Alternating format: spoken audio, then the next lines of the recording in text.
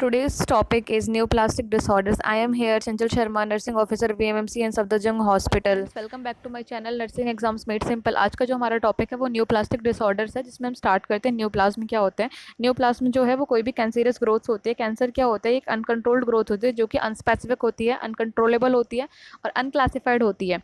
ये हमारी बॉडी में कहीं पर भी हो जाती है। जो कैंसर्स की ग्रोथ होती है वो हमारे पास दो तरह की होती है। हमारे पास बेनाइन न्यूप्लेजिया होता है और हमारे पास क्या होता है, मैलिग्नेंट न्यूप्लाजिया होता है।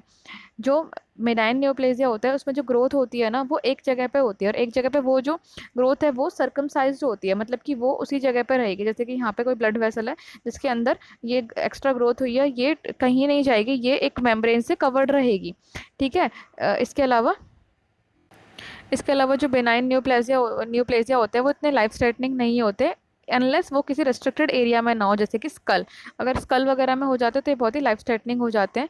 इसको क्लासीफाई किया जाता है अकॉर्डिंग टू कि जो टिश्यूज में इन्वॉल्व हो रहा है। जैसे कि ग्लैंडुलर टिश्यू अगर इन्वॉल्व हो रहा है तो उसको एडिनोमास बोलते हैं। अगर बोन इन्वॉल्व हो रही है तो उसको ओस्टियोमा बोलते हैं। नर्व सेल्स है तो न्यूरोमा बोलते हैं। फिब्रस टिश्यू अगर हो रहा है तो फिब्रोमा बोलते हैं। जैसे कि अगर हार्ट में हो रहा है तो उसको मायोमा बोलते हैं।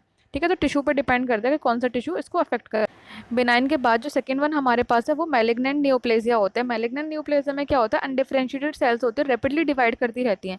ये सेल्स इन्फिल्ट्रेट कर जाती हैं सराउंडिंग टिश्यू के अंदर, स्प्रेड कर जाती हैं, जिसको हम मेटास्टेसिस बोलते हैं। एक जगह से दूसरी जगह में फैल जाती है। जैसे कि बिनाइन में बताया था कि एक जगह पे है वहीं सर्कमसाइज रहेगी, लेकिन यहाँ से सेल्स क्या करती हैं, ये टूट के स्प्रेड होना शुरू कर जाते हैं। किस कैसे स्प्रेड हो सकते हैं ये, या तो इन्हें कोई मीन्स चाहिए होता है, जैसे कि ये ब्लड के थ्रू स्प्रेड हो सकते हैं, फिर लिम्फेटिक चैनल्स के थ्रू हो सकती हैं। ठीक है। तो इसमें क्या है, इसी प्रोसेस को हम क्या बोलते हैं, मेटास्टेसिस बोलते हैं। ये लिम्फेटिक डायरेक्ट एक्सटेंशन हो सकता है, लिम्फेटिक परमेशन हो सकता है, फिर इमोबलाइजेशन की वजह से हो सकता है, डिफ्यूजन ऑफ कैंसर सेल्स हो सकता है किसी भी मैकेनिकल मीन से, या फिर और ये दूसरी जगह जाकर क्या करते हैं, सेकेंडरी लीजन्स बनाना शुरू कर देते हैं। जो मेम्ब्रेन्स होते हैं मैलिग्नेंट सेल्स की, उनमें स्पेसिफिक प्रोटीन्स होता है, यही ट्यूमर स्पेसिफिक एंटीजेंस होता है। जैसे अगर हम एज अ मार्कर यूज़ करें, जैसे ब्रेस्ट कैंसर में हम BRACA जो है ट्यूमर एंटीजन हम वो करते हैं, डायग्नोस करते हैं, डायग्नोसिस में ये काम आते हैं। इसके अलावा जो ट्यूमर्स है ना उन्हें क्लासीफाई किया जाता है कि उनमें कौन सा टिश्यू इन्वॉल्व है। जैसे मैंने बेनाइन का बताया, सेम मैलिग्नेंट का भी होता है। अगर मैलिग्नेंट में ग्लैंडुलर एपिथेलियल टिश्यू हो जाता है तो उसको हम एडेनोकार्सिनोमा बोलते हैं। अगर एपिथेलियल सरफेस होता है तो उसको कार्सिनोमा बोलते हैं। कनेक्टिव टिश्यू अगर हो जाता है तो उसको हम सार्कोमा बोलते हैं, और मेलानोसाइट्स अगर होता है तो हम उसको मेलानोमा बोलते हैं। इसके अलावा जो ट्यूमर है उसको हमने क्लासीफाई किया हुआ है यूनिवर्सल सिस्टम ऑफ स्टेजिंग के अकॉर्डिंग। ठीक है, स्टेजिंग में हमारे पास क्या आता है, हमारे पास TNM क्लासिफिकेशन आता है। TNM में अलग अलग करके बताते हैं। जो TNM में टी है, हमारा टी जो हमारा ये डेजिग्नेट करता है, TNM क्लासिफिकेशन के अंदर हमारा जो टी है वो डेजिग्नेट करता है प्राइमरी ट्यूमर को। जो एन है वो डेजिग्नेट करता है कि लिम्फ नोड कौन सा इन्वॉल्वमेंट हो रहा है या नहीं हो रहा है। एम डेजिग्नेट करता है मेटास्टेसिस को दिखाता है। और ए 0 to 4 के नंबर हैं, एनी ऑफ द 3 लेटर्स में ये दिखाते हैं डिग्री ऑफ इन्वॉल्वमेंट। ठीक है, तो जो TIS का डेजिग्नेशन होता है कार्सिनोमा, वो इन सीटू या ये दिखाता है कि वो कितना इन्फिल्ट्रेट हो चुका है। अगर हम नियोप्लाज्म से रिलेटेड फार्माकोलॉजी की बात करें तो हमारे पास जो है मेनली क्या होता है, एंटी कैंसरस ड्रग के बारे में हम यहाँ पे पढ़ेंगे। यहाँ पे क्या है, बेसिक कॉन्सेप्ट क्या है, ये वो ड्रग्स होती हैं जो डिस्ट्रॉय करते हैं मैलिग्नेंट सेल को by interfering with the reproduction of the cancer cells. ये ना रिप्रोडक्शन नहीं होने देती कैंसर सेल्स के, इसके साथ क्या हो जाता है, मैलिग्नेंट सेल डिस्ट्रॉय हो जाती हैं। ये किसी स्पेसिफिक पॉइंट्स पे काम करते हैं। सेल डिवीजन का जो साइकिल होता है ना उसमें, तो ये दो तरह के होते हैं हमारे पास, एक सेल साइकिल स्पेसिफिक होता है और एक सेल साइकिल नॉन स्पेसिफिक होता है। जो सेल साइकिल नॉन स्पेसिफिक होता है ना, वो any phase of the cell cycle cell division पे एक्ट कर सकते हैं। मतलब सेल डिवीजन के कुछ फेजेस होते हैं, उसके किसी भी फेज पे अगर कोई ड्रग एक्ट कर रही है तो वो सेल साइकिल नॉन स्पेसिफिक हो गई, और अगर कोई उस सेल डिवीजन का जो साइकिल है उसके स्पेसिफिक पॉइंट पे एक्ट कर रही है तो वो सेल साइकिल स्पेसिफिक हो जाती है। ये जो एंटी कैंसरस ड्रग्स होते हैं ना, ये स्पेशली रैपिडली डिवाइडिंग सेल्स पे काम करते हैं, इसलिए जो इसके साइड इफेक्ट्स होते हैं ना वो स्पेशली रैपिडली डिवाइडिंग सेल्स के ऊपर आता है। अब आप खुद ही सोच लो रैपिडली डिवाइडिंग सेल्स कौन सी होती है, जैसे कि हमारा बोन मैरो, क्योंकि इसमें क्या होता है, हमारे RBC WBC प्लेटलेट्स हमेशा बनते ही रहते हैं, रैपिडली डिवाइडिंग हमारे स्टेम सेल्स होते हैं यहाँ पे। हमारे हेयर फॉलिकल्स है, हमारे हेयर फॉलिकल्स हमेशा ग्रोथ करते रहते हैं, तो हमेशा जो जब कीमोथेरेपी पेशेंट को दी जाती है, एंटी कैंसरस ड्रग्स दिए जाते हैं, उनमें एलोपेशिया देखने को मिलता है। GI म्यूकोसा होते हैं, फिर बक्कल म्यूकोसा होते हैं। म्यूकोसा जो है अपने आप को बार बार रैपिडली डिवाइड करते रहते हैं। तो इनमें क्या होता है, ये इसमें अल्सरेशंस होने के बहुत चांसेस होते हैं। मुंह में अल्सर हो जाते हैं, GI स्टमक के अंदर अल्सर हो जाते हैं। इसके अलावा हमारे पास जो है हमारे रिप्रोडक्टिव ऑर्गन्स हैं, जैसे कि ओवरीज हैं, या फिर जो मेल्स में होता है उसमें उनमें स्टेरिलिटी आ जाती है, क्योंकि रैपिडली डिवाइडिंग सेल्स हैं उनके, ये इसके साइड इफेक्ट्स हैं। अभी हम ड्रग्स पढ़ेंगे, उसके साथ साइड इफेक्ट्स भी पढ़ेंगे। कुछ एग्जांपल्स जैसे कि हमारे पास साइक्लोफॉस्फेमाइड है, डॉक्सोरिबोसिन है, विनक्रिस्टिन है। सबसे पहला जो ग्रुप हमारे पास आता है वो अल्कलाइटिंग एजेंट्स का आता है। अल्कलाइटिंग एजेंट्स जो होते हैं वो सेल साइकिल नॉन स्पेसिफिक होते हैं। ये डीएनए को अटैक करते हैं रैपिडली डिवाइडिंग सेल्स के, ठीक है। इसमें जो एग्जांपल्स हैं हमारे पास वो नाइट्रोसोयूरिया है, साइक्लोफॉस्फेमाइड है, और सिस्प्लेटिन है, और कार्बोप्लेटिन है, ठीक है। ये अल्कलाइटिंग एजेंट्स के एग्जाम्पल है। दूसरा हमारे पास जो है ना वो विनका एल्कलॉइड्स है। विनका एल्कलॉइड्स जो होते हैं वो सेल साइकिल स्पेसिफिक होते हैं। आपको यही चीज़ें याद रखने की कौन सा सेल साइकिल स्पेसिफिक है और कौन सा सेल साइकिल नॉन स्पेसिफिक है। आपको ये तो पता होगा ना सेल साइकिल क्या होता है। जब सेल में डिवीजन चल रहा होता है, स्पेशली एक सेल होती है, उससे वो सेल इनलार्जमेंट लार्ज ग्रो करती है, देन उसके बाद वो क्या करती है, डिवाइड वाले फेज पे चली जाती है, देन वो डिवाइड हो जाती है दो पार्ट में, ठीक है। इसको हम क्या बोलते हैं, माइटोसिस बोलते हैं। यही क्या है, सेल डिवीजन है। सबसे पहले वो किसमें, जैसे हमारे पास एक ये सेल है, कोई भी सेल है वो सबसे पहले जी फेज में जाती है। वो G0 फेज में जा सकती है जहाँ पर सेल अरेस्ट हो जाएगी और कभी सेल डिवीजन नहीं होगा, या फिर वो G1 फेज में जा सकती है जिसमें सेल ग्रो करके अपना साइज इंक्रीज करती है। उसके बाद सेल नेक्स्ट S फेज में जाती है जहाँ पर डीएनए सिंथेसिस होता है, क्रोमोसोम्स डुप्लीकेट करते हैं अपनी कॉपीज बनाने के लिए। नेक्स्ट जो सेल है वो G2 फेज में जाती है, वो डबल चेक करती है, डुप्लीकेट करती है क्रोमोसोम्स को और एक्स्ट्रा प्रोटीन्स वगैरह ऐड करके अपना साइज इंक्रीज करती है। उसके बाद जो सेल है वो माइटोसिस फेज में चली जाती है जहाँ पे सेल 1 से 2 में डिवाइड हो जाती है। इसी को हम माइटोसिस बोलते हैं। इसी साइकिल के बेस पे क्या करते हैं, ये एक्ट करते हैं। तो विनका एल्कोलॉइड्स जो हमारे पास हैं वो एम फेज पे काम करती है, ये इंपॉर्टेंट है, ठीक है। तो ये किसको इंटरफेयर करती है, माइटोसिस को इंटरफेयर करती है। तो इसमें क्या एग्जांपल है, इसमें विनक्रिस्टिन विनब्लास्टिन एग्जांपल है, ठीक है। क्या एग्जांपल है, विनक्रिस्टिन और विनब्लास्टिन। थर्ड हमारे पास कुछ एंटीबायोटिक्स हैं। एंटीबायोटिक्स जो होते हैं वो non cell cycle non specific होते हैं। ये इनिबिट करते हैं आरएनए और डीएनए दोनों को रैपिडली डिवाइडिंग सेल्स में। एग्जांपल क्या है इसका, मिटोमाइसिन है हमारे पास और डॉक्सोरिबोसिन है, ठीक है। नेक्स्ट हमारे पास जो ग्रुप है वो एंटी मेटाबोलाइट्स का है। इसमें क्या है, सेल साइकिल स्पेसिफिक होती है, इनिबिट करता है प्रोटीन सिंथेसिस को बॉडी के अंदर। एंटी मेटाबोलाइट्स जो है हमारे वो किस फेज पे काम करते हैं, हमारे एस फेज पे काम करते हैं। इसके एग्जांपल जैसे फ्लोरोयूरासिल है, हाइड्रोक्सोयूरिया है, मेथोट्रेक्सेट है, ये हमारे क्या एंटी मेटाबोलाइट्स हैं। इसके अलावा हार्मोन्स, हमारे जो हार्मोन्स होते हैं वो टिश्यू स्पेसिफिक होते हैं। ये आरएनए को स्टॉप इनहिबिट करते हैं, प्रोटीन सिंथेसिस को भी टिश्यूज़ के अंदर, और ये डिपेंडेंट होते हैं कि अपोजिट हार्मोन पे डेवलपमेंट पे काम करते हैं। जैसे कि एग्जांपल एंड्रोजन्स है, ईस्ट्रोजन्स है, स्टेरॉइड्स हैं, या फिर हार्मोन एंटागोनिस्ट जो होते हैं, कॉर्टिकोल एंटागोनिस्ट होते हैं, ईस्ट्रोजन एंटागोनिस्ट होते हैं, जैसे टोमेक्सिफिन। आपने टोमेक्सिफिन का नाम सुना होगा, स्पेशली ब्रेस्ट कैंसर्स में यूज़ की जाती है। हार्मोन रिलीजिंग एगोनिस्ट होते हैं ये, ठीक है। ये काम करते हैं इसमें। इससे नेक्स्ट जो हमारे पास है वो कुछ मोनोक्लोनल एंटीबॉडीज़ भी यूज़ की जाती हैं। एक्सोजेनस एंटीबॉडी होती है जो लेबोरेटरी में प्रोड्यूस की जाती हैं स्पेसिफिक कैंसर सेल्स के लिए। एंटीबॉडी जो है वो प्रोड्यूस करती हैं बीटा बी सेल्स को। ये ड्राइव की जाती है फ्रॉम डिफरेंट सोर्स, जैसे कि म्यूरिन हो गया, कॉम्बिनेशन है माउस और ह्यूमन सोर्सेज का, उसे ह्यूमनाइज किया जाता है। इसके एग्जाम्पल्स हमारे पास जो कुछ हैं वो हैं रिटोसेक्सिम, ये नॉन हॉजकिन लिम्फोमा के लिए यूज़ किया जाता है। ट्रांसटूजोवैम है, वो certain type of breast cancer के लिए यूज़ किया जाता है। इसके अलावा कुछ हमारे पास मिसलेनियस सब्सटेंस होते हैं, जैसे कि ल्यूकोवेरिन है। ल्यूकोवेरिन कैल्शियम जो है वो हमेशा मीथोट्रेक्सेट के साथ यूज़ किया जाता है। मीथोट्रेक्सेट जो है वो फॉलिक एसिड एंटागोनिस्ट है। अगर आपने पहले भी पढ़ा हो तो मीथोट्रेक्सेट को कहाँ कहाँ यूज़ किया जाता है, एक्टोपिक प्रेगनेंसीज में यूज़ किया जाता है उसको, ठीक है। उसको गाउट या फिर उसके ट्रीटमेंट में यूज़ किया जाता है, अल्सर्स के टाइम पे भी यूज़ किया जाता है, और इसमें एंटी कैंसरस ड्रग्स भी है, ये एंटीबायोटिक्स के अंदर आती है, ठीक है। इसमें जब हम मेथोट्रेक्सेट देते हैं पेशेंट को तो साथ में ल्यूकोवरिन भी देते हैं। ये एक रिड्यूस्ड फॉर्म होता है फॉलिक एसिड का, और ये एज ए एंटीडॉट काम करता है फॉलिक एसिड एंटागोनिस्ट के लिए। इसके साथ फिर हमारा नेक्स्ट हमारे पास जो है वो पैक्लीटेक्सिल है। पैक्लीटेक्सिल भी क्या करता है, ये माइक्रोट्यूबुलर जो नेटवर्क होता है जो ज़रूरी होता है इंटरफेस और माइटोटिक सेलुलर फंक्शंस के लिए, उसको इनहिबिट करता है, और ये अब नॉर्मल बंडल से माइक्रोट्यूबल्स के उन्हें बनने से रोकता है माइटोसिस के दौरान, इसलिए दोनों यूज़ किए जाते हैं। आपके पॉइंट ऑफ व्यू से जो इंपॉर्टेंट है वो है साइड इफेक्ट्स, ठीक है। तो जैसे ही हम कीमोथेरेपी ड्रग्स देते हैं, सबसे इंपॉर्टेंट साइड इफेक्ट्स हमारे पास क्या होता है, एनोरेक्सिया, नोजिया हो जाता है पेशेंट को। नोजिया वॉमिटिंग बहुत ही इंपॉर्टेंट है। आपने कभी अगर ये सुना हो कि जैसे भी हम किसी को एंटी कैंसर ड्रग स्टार्ट करते हैं तो उससे पहले हम उसको प्री मेडिकेशंस देते हैं। प्री मेडिकेशंस में हम उसको क्या क्या देते हैं, हम उसको इंजेक्शन रेंटेक देते हैं, इंजेक्शन एमसेट देते हैं, ठीक है, स्टेरॉइड्स देते हैं जैसे कि इंजेक्शन डेक्सामेथासोन, ये सब कुछ हम उसे डाल के देते हैं ताकि उसको ये सारे नोजिया, वॉमिटिंग, स्टोमेटाइटिस ये सब ना हो। डायरिया हो जाता है पेशेंट को, इरिटेशन ऑफ जीआई ट्रैक्ट है। बोन मैरो डिप्रेशन होता है, मैंने बताया रैपिडली डिवाइडिंग सेल्स पे एक्ट करता है ये, तो हमारे बोन मैरो का रैपिडली डिवाइडिंग सेल्स हैं। बोन मैरो डिप्रेशन होगा तो क्या हो जाएगा, ब्लड डिस्क्रेसिस हो जाएगा, जैसे कि न्यूट्रोपेनिया है, एनीमिया है, थ्रोम्बोसाइटोपेनिया है, एलोपेशिया हो जाएगा, हमारी जो हेयर ग्रोथ है वो हेयर फॉलिकल्स हैं वो भी क्या है रैपिडली डिवाइडिंग है।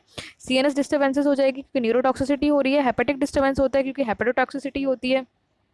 एक इंपॉर्टेंट जो साइड इफेक्ट इसका है वो ट्यूमर लाइसिस सिंड्रोम। इसमें क्या होता है, जैसे कोई ट्यूमर होता है जब वो ब्रेक होता है तो large quantity of break down product से हमें क्या होता है, हाइपरकैलेमिया होता है, क्योंकि इससे क्या रिलीज होता है, पोटेशियम रिलीज होता है। ठीक है, यूरिया रिलीज होता है, हाइपर यूरिसीमिया हो जाता है, हाइपर फॉस्फेटेमिया हो जाता है, तो क्या हो जाएगा, एक्यूट रीनल फेलियर हो जाता है, इसको हम ट्यूमर लाइसिस सिंड्रोम बोलते हैं। ठीक है, एक्यूट रीनल फेलियर होता है क्योंकि डायरेक्टली किडनी टॉक्सिक इफेक्ट देता है ये। कार्डियोमायोपैथी कर देती है ये ड्रग्स, हार्ट फेलियर हो जाता है, वेंट्रिकुलर डिसरिथमियाज हो जाता है, मेटाबॉलिक अबनॉर्मलिटीज हो जाती है, जैसे कि हाइपर कैल्सीमिया हो जाएगा, हाइपर यूरिसेमिया हो जाएगा।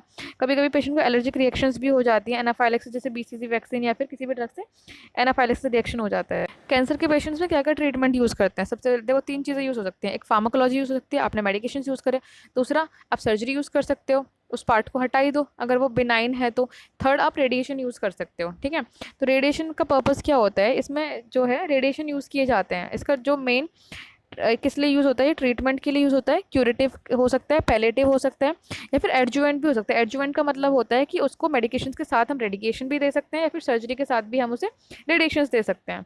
ठीक है, what is the action of radiation, ये it disrupts the tissue by altering function during DNA synthesis. जब डीएनए बन रहा होता है ना तभी ये अगर हम रेडिएशन दे देते हैं तो उसके फंक्शन को डिसरप्ट कर देते हैं। रैपिडली रिप्रोड्यूसिंग जो मैलिग्नेंट सेल्स होते हैं जो मोस्ट सेंसिटिव होते हैं रेडिएशन से। ठीक है, इसका एग्जांपल कैसे अल्फा पार्टिकल्स यूज किए जाते हैं, फास्ट मूविंग हीलियम न्यूक्लियस होता है, स्लाइट पेनिट्रेशन होता है, बीटा पार्टिकल्स यूज किए जाते हैं, ये सारे पार्टिकल्स यूज किए जाते हैं, अल्फा पार्टिकल यूज होता है, बीटा पार्टिकल यूज होता है, गामा रे यूज होते हैं, और ये रेडियो एक्टिव जो सब्सटेंस होते हैं जैसे सोडियम आयोडाइड ये यूज किया जाता है थायराइड ग्लैंड के लिए, सोडियम फॉस्फेटेज यूज हो जाता है एरिथ्रोसाइट्स के लिए, ल्यूकेमिया में फोटोन थेरेपी यूज की जाती है। मेथड्स क्या है डिलीवरी के, इसमें हमारे पास ना दो तरह की रेडिएशन थेरेपी होती है, एक हमारे पास होता है एक्सटर्नल बीम रेडियोथेरेपी, एक हमारे पास होता है इंटरनल रेडिएशन थेरेपी। जो एक्सटर्नल बीम रेडियोथेरेपी होती है ना उसको हम टेलीथेरेपी बोलते हैं, और इंटरनल को हम क्या बोलते हैं, ब्रैकीथेरेपी बोलते हैं। जो एक्सटर्नल बीम रेडियोथेरेपी है वो डिलीवर करते हैं radiation to a tumour by an external machine. ठीक है, एक्सटर्नल कोई सोर्स होता है जैसे कोबाल्ट या फिर लीनियर एक्सेलरेटर होता है किसी प्री डिटरमाइंड डिस्टेंस पे, जैसे कि मैं दिखाती हूँ, जैसे कि यहाँ पे एक हमारे पास सोर्स रखा हुआ है, यहाँ पे हमारा जो है पेशेंट है। ठीक है, तो एक डिस्टेंस से हम उस पर क्या करेंगे, रेडिएशंस डालेंगे, तो ये हमारा क्या होगा, एक्सटर्नल हो गया। नेक्स्ट हमारे पास जो दूसरा है वो हमारे पास है इंटरनल इंटरनल रेडिएशन थेरेपी। ठीक है, इंटरनल रेडिएशन थेरेपी और ब्रैकीथेरेपी क्या करती है, ये पेशेंट के अंदर लगा हुआ होता है, ये सिस्टमिक होता है, इंटरस्टिशियल होता है, इंटर कैविटरी होता है, मतलब किसी कैविटी के अंदर फिक्स किया जाता है। सिस्टमिक के अंदर क्या होता है, सिस्टमिक का मतलब सिस्टम के अंदर, जैसे हमारा ब्लड हो गया इसे इंट्रावेनस रूट से दिया जाता है। दूसरा इंटरस्टिशियल जो हो गया उसमें इम्प्लांट किया जाता है नीडल्स का, वायर्स का, सीड का, टिश्यू के अंदर।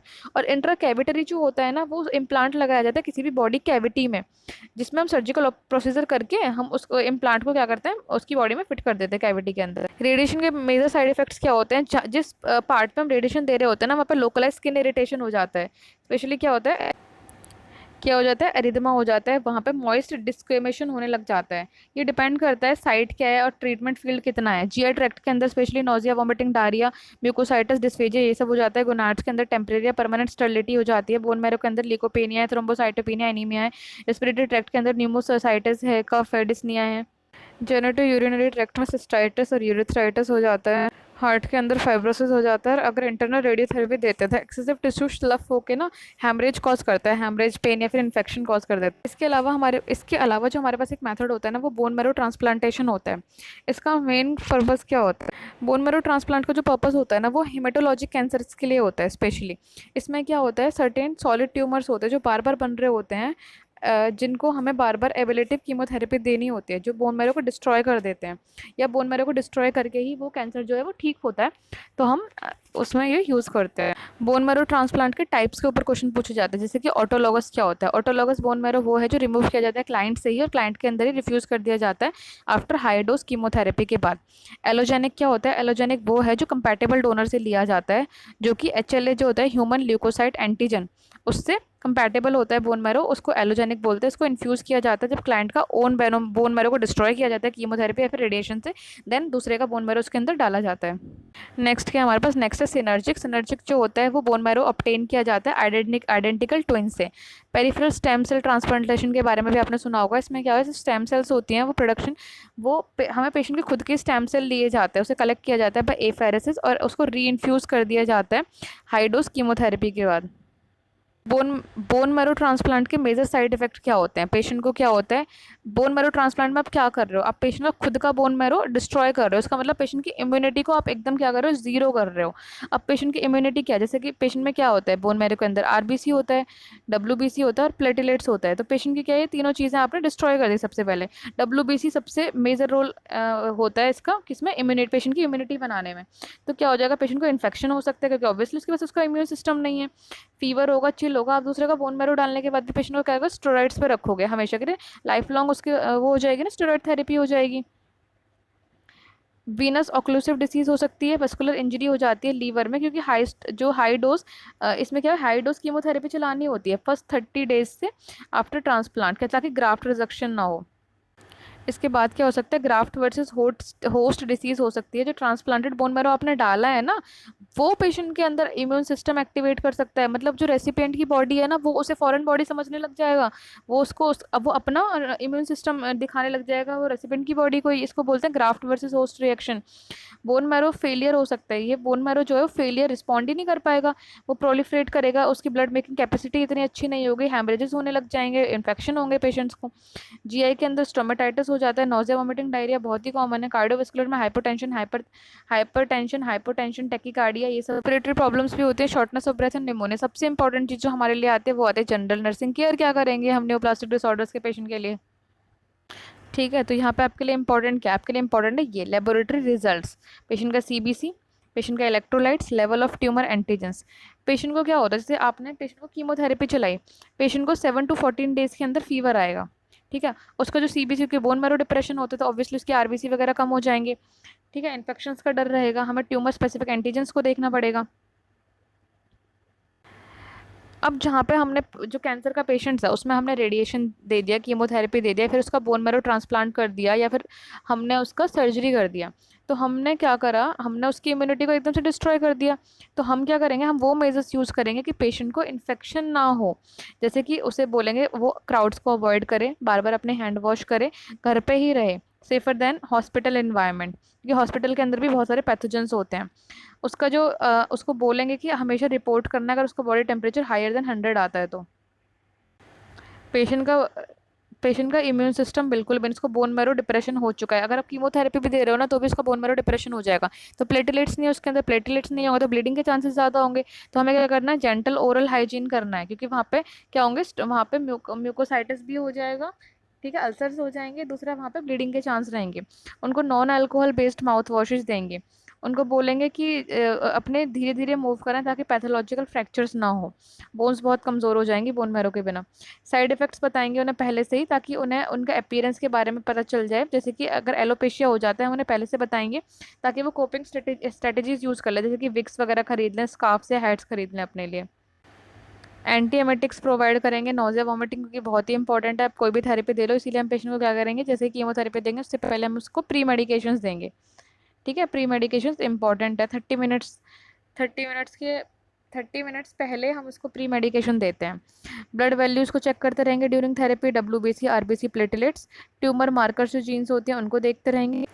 इफ़ नेसेसरी पेशेंट को हम डब्ल्यूबीसी या फिर आरबीसी के प्रोडक्शंस के लिए कॉलोनी स्टिमुलेटिंग फैक्टर्स होते हैं वो प्रिस्क्राइब करेंगे, जैसे कि एप्टोइन अल्फा देंगे। और ये किसके लिए यूज़ होता है, आरबीसी के प्रोडक्शन के लिए। फिलजेस्ट्रिम का इंजेक्शन लगाया जाता है डब्ल्यूबीसी के प्रोडक्शन के लिए, और प्लेटेलेट ट्रांसफ्यूजन दिए जाते हैं प्लेटेलेट्स के इंक्रीज़ करने के लिए। इमोशनल सपोर्ट बहुत ही इंपॉर्टेंट है कैंसर के पेशेंट के लिए, ताकि वो अपने फियर्स को वर्बलाइज कर सके। सपोर्ट करेंगे natural defence mechanism, encourage intake of food rich in immune stimulating nutrient, जैसे कि विटामिन ए, सी और ई, और एन मिनरल, सेलेनियम। अगर कोई वुमेन चाइल्ड बियरिंग एज में है तो उसको बोलेंगे बर्थ कंट्रोल मेजर्स यूज़ करें वाइल रिसीविंग थेरेपी, क्योंकि जो थेरेपी है वो बहुत ही टेरोटोजेनिक इफेक्ट्स दे सकती है, म्यूटोजेनिक हो सकती है। अगर उसने अवॉइड किया use of birth control pill, then teratogenic effects हो जाएंगे बेबी के अंदर। उसको काउंसिल करेंगे कि वो पहले से ही अपना जो स्पर्म या ओवा है उसको हार्वेस्ट करा दे, ताकि उसको फ्यूचर में परमानेंट इनफर्टिलिटी का सामना ना करना पड़े। फ्लूइड इनटेक को इनकरेज करेंगे ज़्यादा से ज़्यादा, क्योंकि जो हाइपर यूरेसीमिया और हाइपर कैलीमिया होता है, अगर फ्लूइड हम बहुत ज़्यादा लेंगे तो उस चीज़ को हम एक्सक्रीट कर सकते हैं, kidney damage, acute renal failure होने से बचा सकते हैं। पेन बहुत ही इंपॉर्टेंट है, कैंसर पेन बहुत ही भयानक होता है, इसीलिए हम उसे एनाल्जेसिक से एंटी डिप्रेसेंट्स देंगे पेन कंट्रोल करने के लिए। नॉन फार्माकोलॉजी कंफर्ट मेजर्स भी यूज़ करेंगे, डिसीजन मेकिंग में हेल्प करेंगे, उसको हेल्प करेंगे कि डिस्क्रिमिनेट ना हो between scientifically based theory versus fraudulent theory, क्योंकि बहुत से लोग कैंसर का नाम सुन के डर जाते हैं। स्पेसिफिक केयर्स प्रोवाइड करनी है आईवी थेरेपी कीमोथेरेपी के दौरान, क्योंकि स्पेशली जो आईवी इन्फ्यूजन्स होते हैं उनको मॉनिटर करना है, क्योंकि इन्फिल्ट्रेशन हो जाता है। अगर इन्फिल्ट्रेशन हो जाएगा, जो वेसिकेंट्स एजेंट्स होते हैं ना, वेसिकेंट्स एजेंट जैसे कि विनक्रिस्टिन, विनब्लास्टिन, ये एजेंट्स बहुत ही वेसिकेंट होते हैं, मतलब कि टिश्यू नेक्रोसिस कॉज कर देते हैं अगर ये इन्फिल्ट्रेट हो गए तो। ठीक है, तो इस चीज़ को हमें ध्यान रखना है। हमें अपने जो प्रोटोकॉल्स हैं उनको, हैंडलिंग प्रोटोकॉल्स को फॉलो करना है कीमोथेरेपेटिक एजेंट्स को, ताकि जो नर्सिंग ऑफिसर या नर्स वहाँ पे एक्सपोज हो रही है उसको भी मिनिमम क्योंकि कीमोथेरेपी ड्रग्स बहुत ही डेंजरस हो।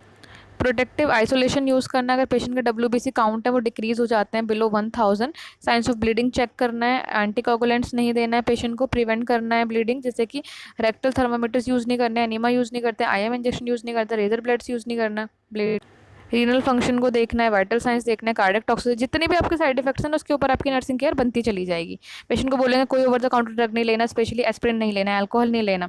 जो भी करेंगे स्टेरल प्रोसीजर यूज़ करेंगे, क्योंकि आपको क्या करना है, आपको इन्फेक्शन नहीं होने देना है पेशेंट को।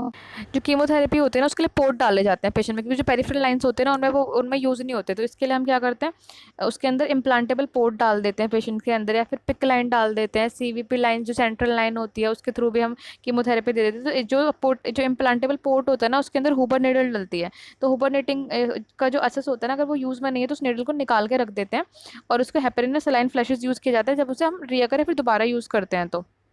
अब जिस पेशेंट को रेडिएशन मिल रहा है उसकी भी स्पेसिफिक केयर है, जहाँ पे क्योंकि एरिथमा हो जाता है पेशेंट को, उसके लिए हम क्या बोलेंगे कि इसको अवॉइड करना है।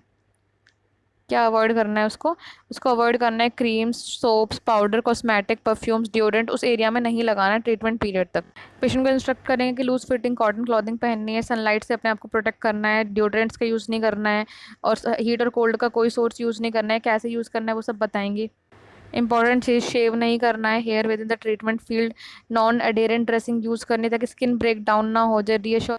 अगर किसी को इम्प्लांटेशन लगा हुआ है इंटरनल रेडिएशन का तो उसको समझाएंगे आइसोलेशन का नीड क्या है, क्लाइंट्स और विजिटर्स को कितने टाइम के लिए रखना है, कितनी दूरी पर रखना है, लिमिटेड एक्सपोजर होना चाहिए रेडिएशन का। जो चिल्ड्रंस और प्रेग्नेंट वुमेन है उनको तो एकदम रेस्ट्रिक्ट कर देंगे कि विजिट नहीं करना है। ठीक है, पेशेंट जो हेल्थ केयर मेंबर्स हैं उनको एक डॉसीमीटर बैच यूज़ करना ताकि हमें उनका एक्सपोजर पता चलता रहे। इम्प्लांट के लिए हमें बार बार चेक करना है, प्रॉपर पोजीशन होनी चाहिए, डिस्लॉजमेंट नहीं होना चाहिए, इंटर कैविटी अगर रेडिएशन है जैसे उसको बोलेंगे प्रॉपर बेड रेस्ट ले, यूरिनरी रिटेंशन कैथेटर लगा देते हैं, लो रेजिड्यू डाइट खानी है, एंटी डायरियल एजेंट्स दे देते हैं। जो यूज़ करेंगे प्रिंसिपल ऑफ टाइम, डिस्टेंस और शील्ड करेंगे ताकि मिनिमम स्टाफ एक्सपोजर हो, ओनली नेसेसरी हाइजीन प्रोवाइड करेंगे अगर जो इम्प्लांट है वो प्लेस में है, असरटेन करेंगे जो बॉडी एक्सक्रीटा है उसकी वजह से जो हमारा सिस्टम है वो डिसलॉज ना हो जाए, या फिर जो बॉडी एक्सक्रीटा है has to be placed in a lead container. जो पेशेंट एक्सक्रीटा निकाल रहा है ना उसमें भी रेडिएशंस हो सकते हैं, तो उसको हम क्या करेंगे लेड कंटेनर्स में डालेंगे फॉर डिस्पोजल, जब सिस्टमिक मेटाबोलाइज रेडिएशन यूज़ की जाती है तो। आपको ना मेरा पढ़ पढ़ के इतने अच्छे से मैं जो पढ़ती जा रही हूँ आपको समझ नहीं आ रहा होगा, आप वीडियो को पॉज करो, आप आराम से पढ़ो, आप मॉसबी प्लस की बुक पढ़ोगे बहुत ही, एक एक पॉइंट को बस पढ़ते जाओ, याद करते जाओ। अगर रेडिएशन है वो डिसलॉज हो जाते हैं तो उसको हम क्या, जो रेडिएशन सोर्स है वो डिसलॉज हो गया, ये क्वेश्चन पूछा जाता है, तो आप क्या करोगे, लॉन्ग हैंडल्ड फोर्सेप यूज़ करोगे। कैसे? लॉन्ग हैंडल्ड फोर्सेप, और उसको लेड कंटेनर में डाल दोगे ताकि उसका कंटामिनेशन ना हो, और इमीडिएटली इन्फॉर्म करोगे रेडिएशन थेरेपिस्ट को या फिर रेडिएशन सेफ्टी ऑफिसर को। प्रोस्टेट कैंसर के लिए अगर रेडिएशन यूज़ किया जा रहा है तो हमें क्या देखना है, साइंस ऑफ ब्लैडर इरिटेबिलिटी देखना है, जैसे कि नॉक्चूरिया है, अर्जेंसी है, डिसयूरिया है। अगर रेडिएशन यूज़ हो रही है सर्वाइकल कैंसर के लिए तो हमें क्या करना है, सुपाइन रखना है, हेड ऑफ द बेड को फ्लैट रखना है, स्लाइटली एलिवेटेड रखना है, पेटेंसी बना के रखनी है, यूरिनरी कैथेटर की लो रेजिड्यू डाइट प्रोवाइड करनी है। जो पेशेंट सिस्टमिक रेडिएशन ले रहे होते हैं बाय आईवी रूट्स या फिर ओरल रूट या फिर direct installation to the body cavity, उनके लिए स्पेसिफिक केयर हो जाता है कि आइसोटोप जो है वो एक्सक्रीट हो सकते हैं बॉडी वेस्ट में, तो उन्हें इंस्ट्रक्ट करेंगे कि फ्लश करना है टॉयलेट को सेवरल टाइम्स ईच यूज़ होने के बाद। एडिशनल प्रिकॉशंस भी यूज़ करनी है, उन्हें पेपर प्लेट्स देंगे, डिस्पोजेबल यूटेंसिल्स देंगे। पैलेटिव केयर के बारे में पहले से बता देंगे, हॉस्पिस केयर उनकी चॉइस है, ये सब उन्हें बता देंगे अगर हमारे जो क्यूरेटिव ऑप्शन है वो एग्जॉस्ट हो जाते हैं तो। पेन मैनेजमेंट के बारे में बताएंगे, स्पिरिचुअल स्किन और म्यूकस इंटीग्रिटी बना कर रखेंगे, बॉडी वेट को मेंटेन करेंगे, सेल्फ केयर बहुत इंपॉर्टेंट है, और एक चीज़ बहुत इंपॉर्टेंट है यहाँ पे पेशेंट के लिए, वो क्या है, सेल्फ इमेज। ठीक है, जैसे कि अगर बहुत सारे जो फीमेल्स होती हैं उनमें मेस्टेक्टमी हो जाती है तो उनके लिए सेल्फ इमेज बहुत ही इंपॉर्टेंट हो जाती है, तो यहाँ पे हम पेशेंट को अच्छे से काउंसल करेंगे। एलोपेशिया हो जाता है तो पेशेंट की सेल्फ इमेज के ऊपर बात आ जाती है। तो ये सब चीज़ों के साथ हम, ये हमारे जनरल नर्सिंग केयर में आते हैं कि हम पेशेंट को कैसे अश्योर करेंगे, कैसे उसको समझाएंगे। तो यहीं पर ये सारे यही चीज़ें इंपॉर्टेंट थी। ठीक है, इसके साथ हमें अपना ये टॉपिक ख़त्म करते हैं, इसके बाद हम थोड़ी सी इमरजेंसीज है उसको डिस्कस करेंगे, लेकिन कल, आज नहीं। Bye bye.